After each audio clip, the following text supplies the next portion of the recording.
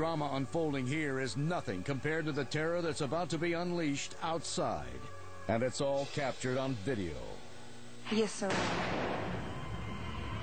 We were listening to one of the witnesses, and all of a sudden we heard some bangs from out on the street. Rapid-fire gunshots, fear and confusion in the courtroom.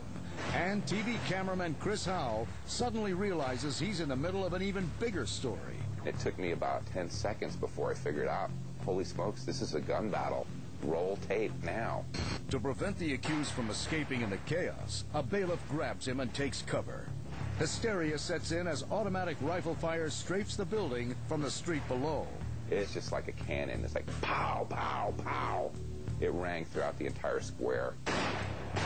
Outside, on the courthouse steps, Maribel Estrada and her 23-year-old son, David Arroyo Jr., tried desperately to reach the safety of the building. Maribel is here hoping to resolve issues from an ugly divorce that's left her ex-husband, David Arroyo, enraged. Just inside the entrance, a courthouse security camera records what happens next. That's Arroyo, approaching on the right.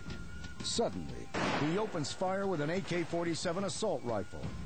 Maribel and her son fall just outside the doors, cut down by bullets.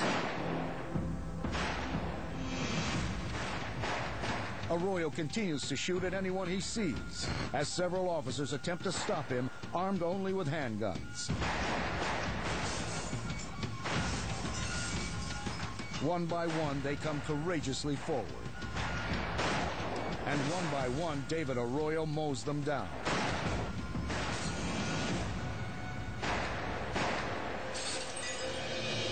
Upstairs, cameraman Chris Howell ventures from the courtroom into a corridor to videotape the shooting.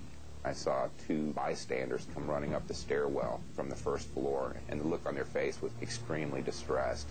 I took maybe another step, and I heard more gunfire, bang, bang, bang, bang.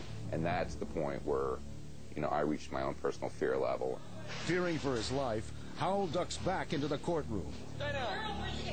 On the street, Arroyo reloads and the gun battle continues. The outgunned cops desperately radio headquarters for backup.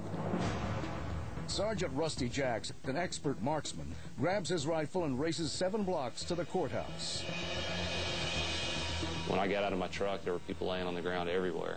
There was just a lot of fear and panic everywhere on the square. It was just obviously mass chaos. With hundreds of innocent lives at risk, Jack knows exactly what he has to do. My goal was to get into a position where I could see him and engage him with my rifle. He jumps up on the hood of a passing patrol car, knowing he might only get one shot. I didn't want to be inside of a vehicle whenever we did find him, thinking that we would ride around the corner and basically be pretty much on top of him at that point.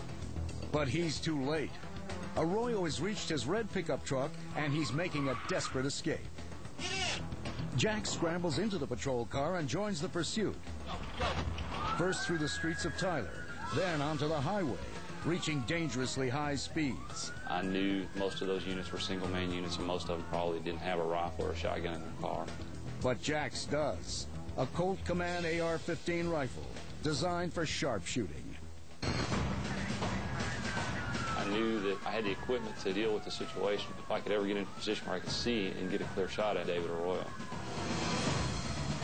Suddenly, a patrol car driven by Deputy Sheriff John Smith speeds past and closes in on Arroyo's truck. Arroyo opens fire on Smith, who returns fire before rear-ending him.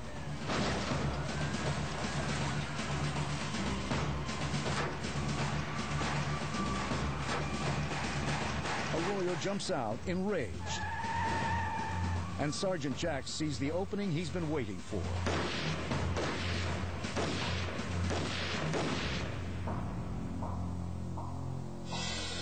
David Arroyo's reign of terror is over, ended by a fatal shot to the back of the head.